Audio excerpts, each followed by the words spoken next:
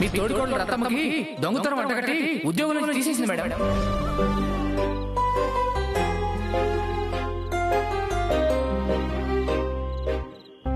నిజంగా రత్తమ్మ నిర్దోషి అయితే సాక్ష్యాలతో సహా నిరూపించాలి. శ్యామా, శ్యామా, ఏంటి అఖిల్ బాబు? ఏంటి శ్యామా అలా ఉన్నావు? ఏం లేదు అఖిల్ బాబు, ఏం లేదు. ఏం లేదని నువ్వు అనడంలోనే నీ మనసులో ఎంత బాధ ఉందో నాకు అర్థమవుతుంది శ్యామా. రత్తమ్మ గురించి ఆలోచిస్తున్నావు కదా? అవును అఖిల్ బాబు, రత్తమ్మ దొంగతనం చేసే మనిషి కాదని మనకు తెలుసు. కానీ ఐశ్వర్య అక్క రత్తమ్మే దొంగతనం చేసిందని తనని ఉద్యోగంలో నుంచి తీసేసింది. దొంగ అన్న నిందని తట్టుకోలేక పాపం ఆత్మహత్య ప్రయత్నం చేసింది రత్తమ్మ. మామయ్య గారు ఎప్పుడూ అంటూ ఉంటారు కదా, మన వల్ల ఎప్పుడూ ఎవరికి ఏ విధంగానూ అన్యాయం జరగకూడదని. కానీ ఇప్పుడు ఐశ్వర్య అక్క వల్ల రత్తమ్మ కుటుంబానికి అన్యాయం జరుగుతుందేమో అనిపిస్తుంది. నాకు అదే అనిపించింది శ్యామా. శ్యామా, ఏదో ఒక రకంగా రత్తమ్మకు న్యాయం చేయాలని నాకు అనిపిస్తుంది. ఏదో రకంగా కాదు అఖిల్ బాబు, తను దొంగ కాదు అని నిరూపించాలి. తను మళ్ళీ వాళ్ల వీధుల్లో తలెత్తుకుని తిరిగేలా చేయాలి.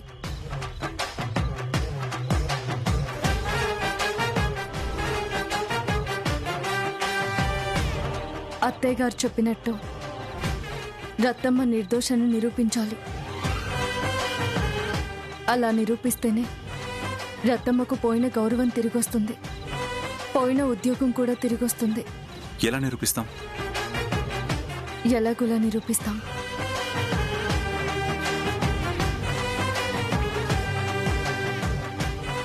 కన్నయ్య ఉన్నాడుగా, కంగారెందుకు?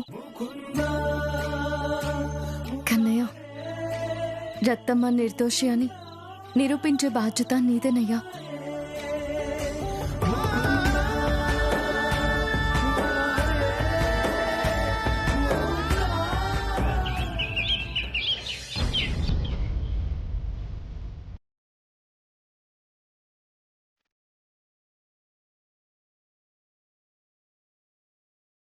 అమ్మ ఎక్కడ్రా?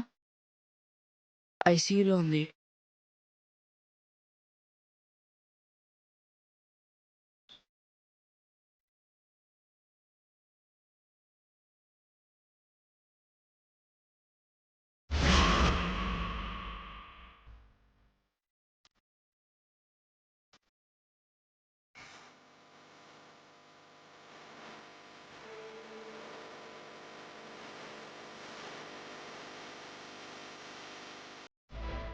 నువ్వేం బాధపడకురా, అమ్మ త్వరగా కోలుకుంటుందిలే. అలాగే.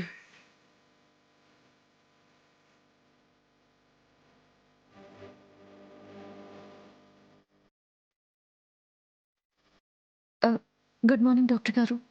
గుడ్ మార్నింగ్ అండి. ఎలా ఉంది డాక్టర్ గారు మరి అత్తమ్మకి? పర్వాలేదండి, కాకపోతే బాగా నీరసంగా ఉంది. ఈవినింగ్ కొంచెం బెటర్ అనిపిస్తే రేపు డిశ్చార్జ్ చేస్తాం. డిశ్చార్జ్కి తొందర ఏం లేదండి, తను పూర్తిగా కోలుకునేంత వరకు హాస్పిటల్లోనే ఉండనివ్వండి, నో ప్రాబ్లం. అలాగేనండి, తన పరిస్థితిని బట్టి డిశ్చార్జ్ చేద్దాం.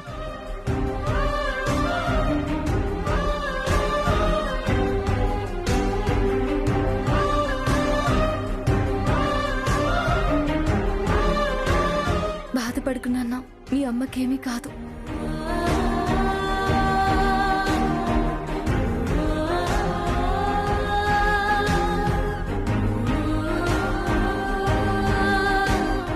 నేను వెళ్ళి అమ్మని కలిసి వస్తాను.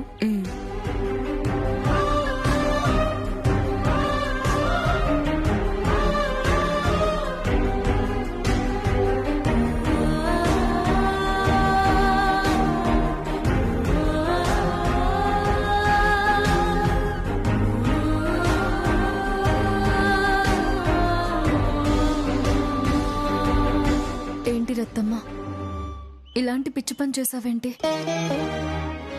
చచ్చి ఏం సాధిద్దామనుకున్నావు రత్తమ్మ? నీ బిడ్డకు అన్యాయం చేసి నీ దారిన నువ్వు వెళ్ళిపోతే వాడి జీవితం ఏమైపోతుందనుకున్నావు?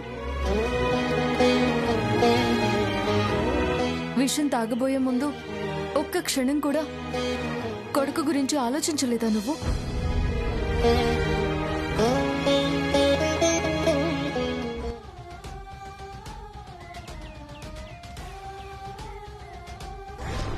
ఆ క్షణంలో నాకు జరిగిన అవమానం తప్ప ఇంకేం గుర్తుకు రాలేదమ్మా. ఇన్నాళ్ళు గౌరవంగా బతికిన మా వీధిలో ఒక దొంగలా తలదించుకోవాల్సిన కర్మ పట్టిందమ్మా. మా ఇంటి చుట్టుపక్కల వాళ్ళందరికీ నేను ఎట్టాంటి దాన్నో తెలుసు, నా గుణం ఎట్టాంటిదో కూడా తెలుసు. అయినా వాళ్ళు నన్ను ఒక దొంగను చూసినట్టు చూశారమ్మా. అందుకే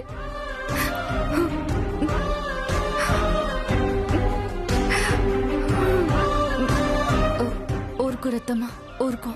నా బిడ్డ అదృష్టవంతుడు కాబట్టి సమయానికి మీరు వచ్చి నన్ను హాస్పిటల్కి తీసుకొచ్చారు, బతికించారు. మేం బ్రతికించడం కాదు రత్తమ్మ, నీ నిజాయితీ నిన్ను బ్రతికించింది. నువ్వు నిర్దోషివని నిరూపించుకోవడం కోసమే నువ్వు బ్రతికావు. నీ మీద ఎవరో కుట్ర పన్ని నిన్నీ దొంగతనంలో ఇరికించారనిపిస్తుంది.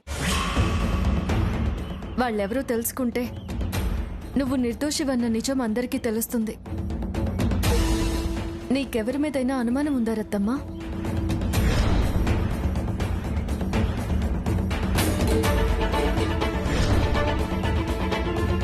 అనుమానం అంటే అది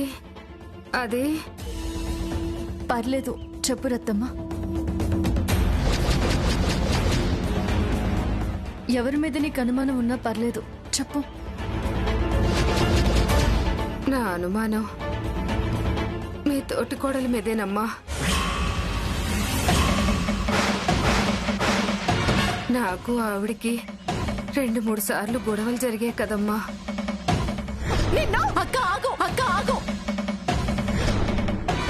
ఆ కోపం మనసులో పెట్టుకుని ఆవిడే ఇట్లా చేయించిందేమోనని నా అనుమానం అమ్మా. అసలు ఆ రోజు ఏం జరిగిందో కొంచెం వివరంగా చెప్పు రత్తమ్మా. ఆ రోజు ఫ్యాక్టరీలో చాలా ఎక్కువ పని ఉందమ్మా. అందుకని పొద్దున్నే లేచి వంట చేసి మా అబ్బాయి క్యారేజీ కట్టేశాను. వాడిని స్కూల్కి వెళ్ళేటప్పుడు జాగ్రత్తగా తాళం వేసుకుని వెళ్ళమని చెప్పి నేను గంట ముందే ఫ్యాక్టరీకి వెళ్ళిపోయాను. అంటే నువ్వు ఫ్యాక్టరీకి వెళ్ళిపోయాక మీ బాబు ఇక్కడే ఇంట్లో ఉన్నాడు కదా? ఆ టైంలో ఎవరైనా వచ్చి స్టాక్ ఇంట్లో పెట్టుండొచ్చు కదా?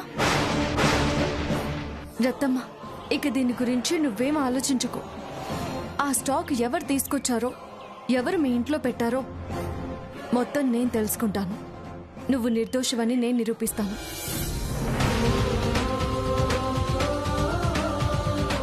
నీ ఉద్యోగం నీకొచ్చేలా చేస్తాను.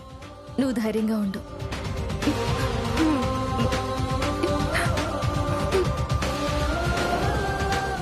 నీలాంటి మంచి మనసున్నోళ్ళు నిండు నూరేళ్ళు చల్లగా ఉండాలమ్మా, చల్లగా ఉండాలి.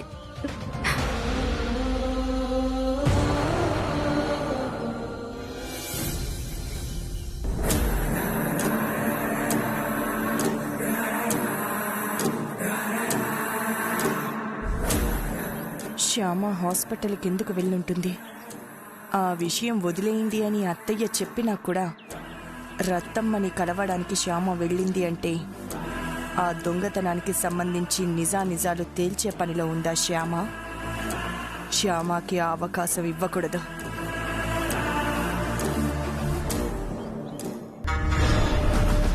శ్యామ మీద అత్తయ్యకి బాగా ఎక్కిద్దాం. అత్తయ్య క్లాస్ పీకిందంటే శ్యామ ఇక జన్మలో రత్తమ్మని కలవదు.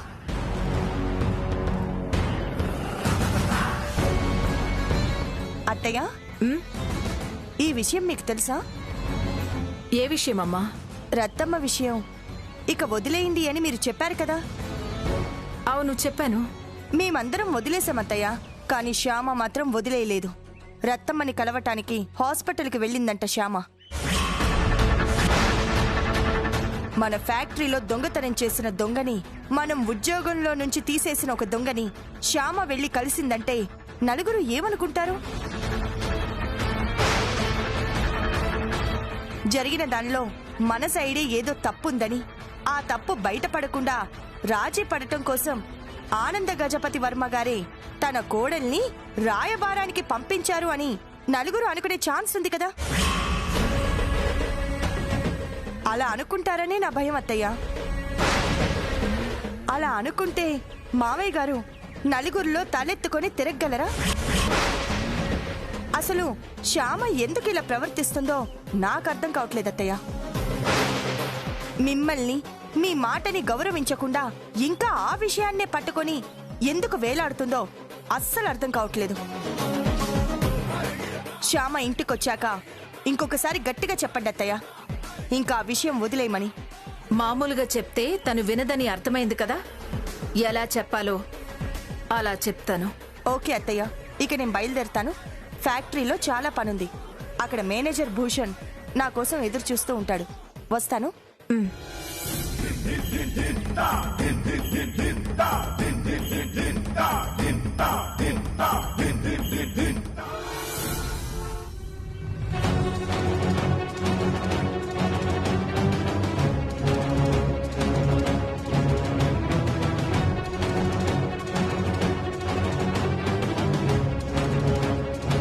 ఎక్కడికి వెళ్తున్నావు చిన్నా? అమ్మకి అన్నం తీసుకెళ్తున్నాను. అవునా, సరే గాని నిన్న మీ అమ్మ రోజు కంటే ముందుగా ఫ్యాక్టరీకి వెళ్ళింది కదా? అవును. మీ అమ్మ వెళ్ళాక నువ్వెంతసేపు ఉన్నావు ఇంట్లో? గంట సేపు ఉన్నాను. తర్వాత స్కూల్ టైం అయింది. నేను ఇంటికి తాళం వేసి స్కూల్కి వెళ్ళిపోయాను. నువ్వు స్కూల్కి వెళ్ళక ముందు మీ ఇంటికి ఎవరైనా వచ్చారా? ఎవరు రాలేదు. బాగా గుర్తు తెచ్చుకో. ఎవరైనా వచ్చి నీతో మాట్లాడారా?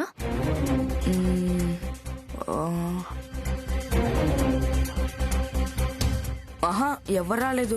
ఎవరైనా వచ్చి మంచినీళ్ళు కావాలని నిన్ను అడగడం కానీ, నువ్వు లోపలికి వెళ్ళి మంచినీళ్ళు తేవడం కానీ అలాంటిది ఏమైనా జరిగిందా? అలాంటిదేం జరగలేదక్క. అంటే నిన్న నువ్వు కొత్త వ్యక్తులు ఎవరిని ఈ ఏరియాలో చూడలేదన్నమాట. లేదు, చూడలేదు.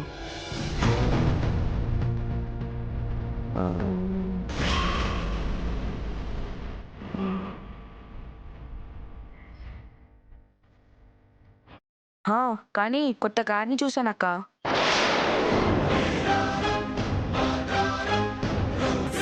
కార్ చూసావా? అవును, నిన్న మా వీధి చివర ఒక కార్ చాలాసేపు ఉంది. కార్ బాగుంది కదా అని మా ఫ్రెండ్ నేను కలిసి ఫోన్లో సెల్ఫీ వీడియో కూడా తీసుకున్నాం. అవునా, సెల్ఫీ వీడియో తీసుకున్నారా? ఆ వీడియో ఒకసారి నాకు చూపిస్తావా? చూపిస్తానక్క.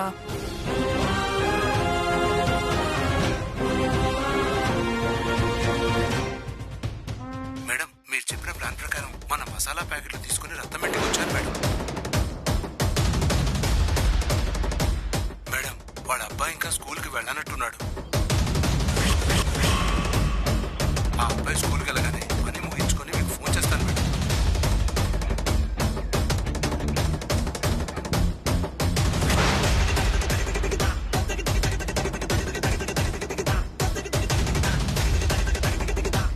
ఇదేంటి, మా ఫ్యాక్టరీ వెహికల్ ఇక్కడికి ఎందుకు వచ్చింది?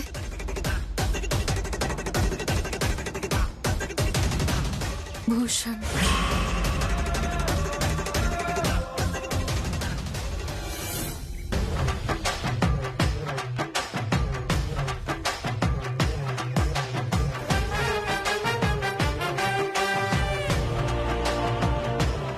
ఏంటి ఈవిడెంత సీరియస్ గా చూసుకుంటూ వస్తుంది? Good morning madam. మాకు గుడ్ మార్నింగే సార్. పాపం మీకే బ్యాడ్ మార్నింగ్. బ్యాడ్ మార్నింగా? ఎందుకు మేడం? ఎందుకా? అమాయకురాలైన రత్తమ్మని దొంగతనం కేసులో ఇరికించినందుకు.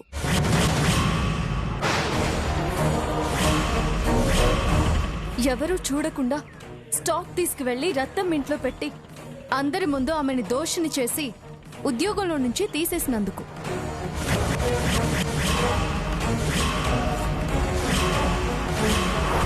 ఆ అవమానాన్ని భరించలేక రత్తమ్మ ఆత్మహత్య ప్రయత్నం చేయడానికి కారణమైనందుకు.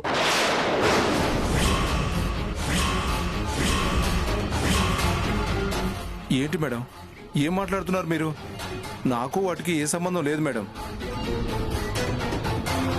రత్తమ్మ దొంగతనం చేసి దొరికిపోయింది మేడం. దొంగ ఎప్పటికైనా దొరక్క తప్పదు కదా మేడం. అవును, దొంగ ఎప్పటికైనా దొరక్క తప్పదు. దొరికాడు.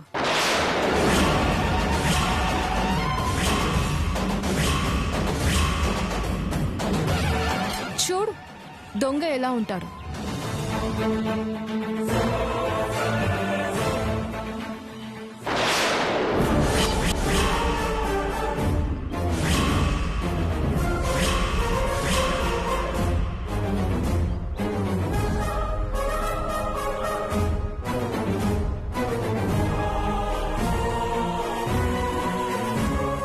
ఏంటి చెమటలు పడుతున్నాయి? దొంగ దొరికాడనా? పోలీసులకు ఫోన్ చేయమంటారా? దొంగను తీసుకువెళ్ళి జైల్లో పడేస్తారు. వద్దు మేడం, ప్లీజ్ మేడం, దయచేసి పోలీసులకు ఫోన్ చేయొద్దు. జరిగిన దాంట్లో నా తప్పేమీ లేదు మేడం. మరి ఎవరిది తప్పు?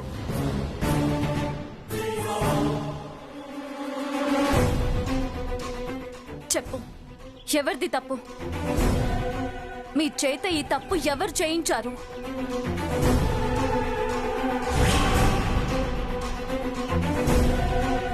చెప్తారా? పోలీసులకి ఫోన్ చేయమంటారా? చెప్తాను మేడం, చెప్తాను.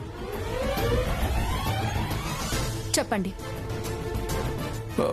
నా చేత ఇలా చేయించింది ఐశ్వర్య మేడం.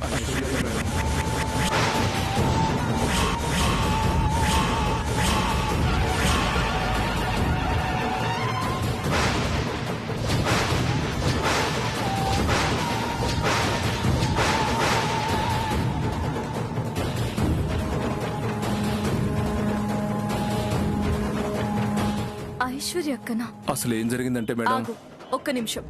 మీరు చెప్పేది మొత్తం నా ఫోన్లో రికార్డ్ చేసుకుంటాను. రికార్డ్ చేసుకుంటారా? ఎందుకు మేడం? కంగారు పడకండి. ఇది పోలీసులకు చూపించడానికి కాదు. దీంతో నాకు వేరే పనుంది. ఈ వీడియో వల్ల మీకు ఎలాంటి ప్రాబ్లం రాదు అని నేను గ్యారెంటీ ఇస్తున్నాను. చెప్పండి. Okay madam. రత్తమ్మని అందరి ముందు దొంగని చేసి ఉద్యోగంలోంచి తీసేయాలి అనేది Aishwarya madam plan madam. Aishwarya madam నాకు ఫోన్ చేసి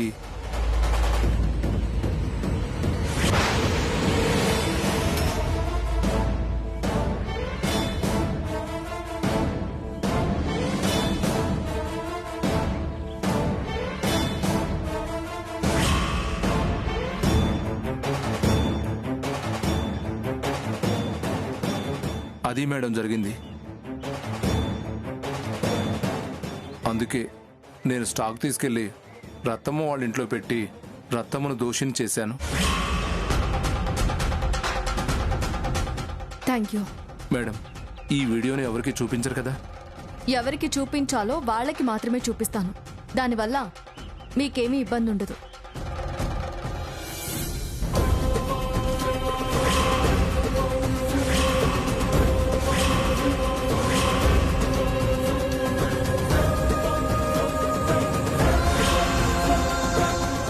అలాంటి పనులు చేస్తే ఇలాగే తలదించుకోవాల్సి వస్తుందక్క. ఈ వీడియోని అత్తయ్య గారికి, మామయ్య గారికి చూపించనా? పోలీసులకి చూపించనా? ఏం జరుగుతుందో మీకు తెలుసు కదా. నీ పరిస్థితి ఎలా ఉంటుందో కూడా నువ్వు ఊహించుకోగలవు కదా. అటువంటి పరిస్థితి నీకు రాకుండా ఉండాలంటే నువ్వు నేను చెప్పినట్టు చేయాలి. ఏం చేయాలి? కుట్ర చేసి రత్తమ్మను ఉద్యోగంలో నుంచి తీసేసినందుకు వెంటనే మళ్ళీ రత్తమ్మకు ఉద్యోగం ఇవ్వాలి.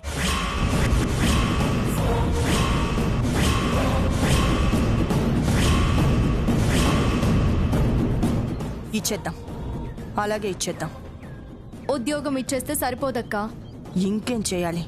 రత్తమ్మ పూర్తిగా కోలుకొని డ్యూటీకి వచ్చేంత వరకు ఫ్యాక్టరీలో రత్తమ్మ చేయాల్సిన పనులన్నీ నువ్వే చేయాలి.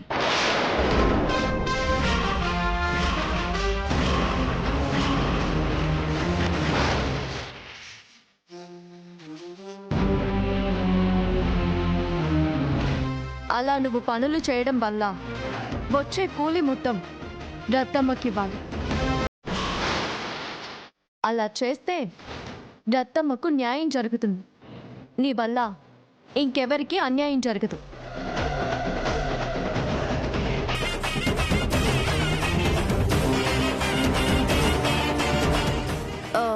ఏమంటావక్క? నేను చెప్పినట్టు చేస్తావా?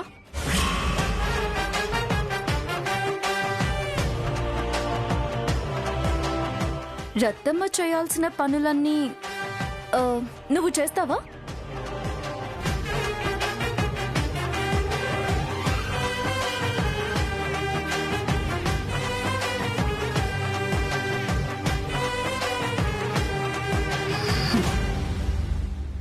చెయ్యక చస్తానా?